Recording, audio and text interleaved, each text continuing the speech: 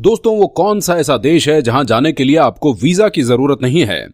वो कौन सा ऐसा देश है जहां लड़कियों को एक से अधिक पुरुषों के साथ संबंध बनाने की आजादी है? और वो कौन सा देश है जो कभी भी किसी का गुलाम नहीं हुआ?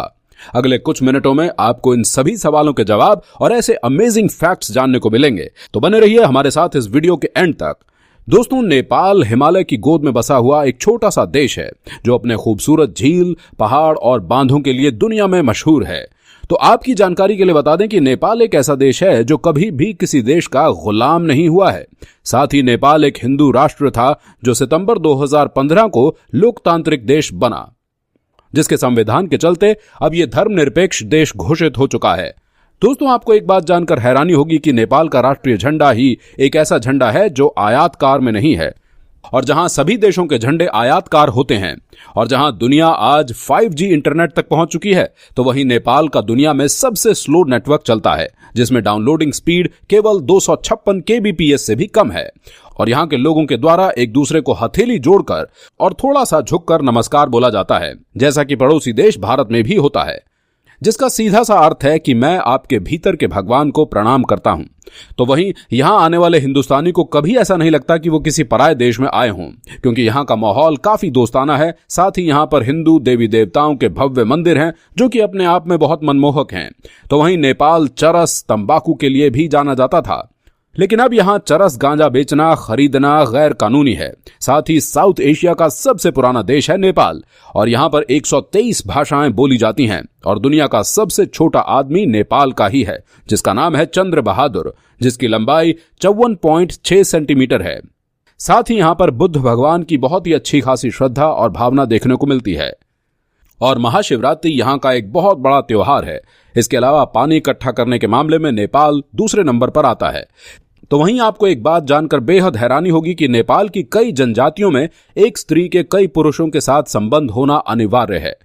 नेपाल में विश्व की 8 सबसे बड़ी चोटियां हैं, जिसमें 8,848 मीटर की ऊंचाई पर माउंट एवरेस्ट दुनिया का सबसे ऊंचा पहाड़ है। लेकिन नेपाल की आधी से ज्यादा जनसंख्या प्रतिदिन $1 से भी कम पैसों में गुजारा करती है। इसलिए नेपाल दुनिया के सबसे गरीब देशों में से भी एक है। जहां भारत में साप्ताहिक अवकाश रविवार को होता है, तो वहीं नेपाल में साप्ताहिक अवकाश शनिवार को होता है।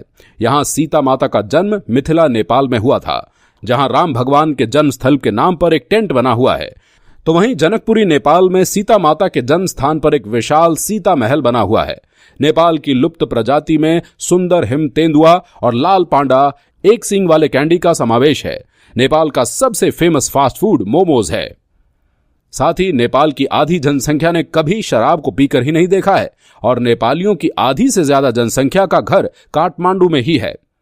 देर तक हाथ मिलाने का रिकॉर्ड भी 2 नेपालियों के हाथ में है, जिसमें इन्होंने करीब 42 घंटे 35 मिनट तक हाथ मिलाए रखा।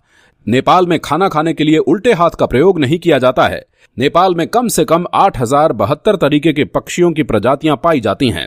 तो वहीं दोस्तों, भौगोलिक रूप से नेपाल आज भी जिंदा है, और ये इंडो ऑस्ट्रेलिया प्लेट आज भी चल रही है, और अगले 10 मिलियन सालों में 1500 किलोमीटर की यात्रा पूरे एशिया में कर चुकी होगी।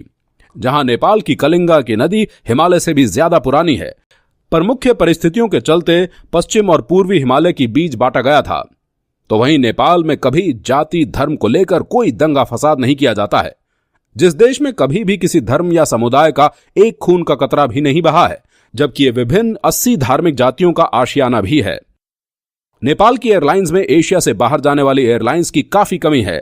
इसके अलावा नेपाल की हवाई यात्रा करना काफी महंगा है। यहां पर सरकार के द्वारा टूरिज्म की कुल आय के आधे पैसे वन में रहने वाले वन प्राणियों में बांट दिए जाते हैं। तो भी शक के समुदाय के शाही परिवार में भगवान गौतम बुद्ध का जन्मशती शताब्दी के लुम्बे नेपाल के आसपास के क्षेत्र में हुआ था।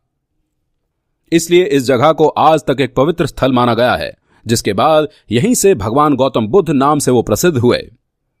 लेकिन भारत की तरह यहां पर भी 90% अरेंज मैरिजेज ही होती हैं, और अगर आप भी भारतीय हैं तो बिना वीजा और पासपोर्ट के नेपाल के आसपास और नेपाल में घूम सकते हैं। इसके लिए आपके पास आधार कार्ड होना बहुत जरूरी है।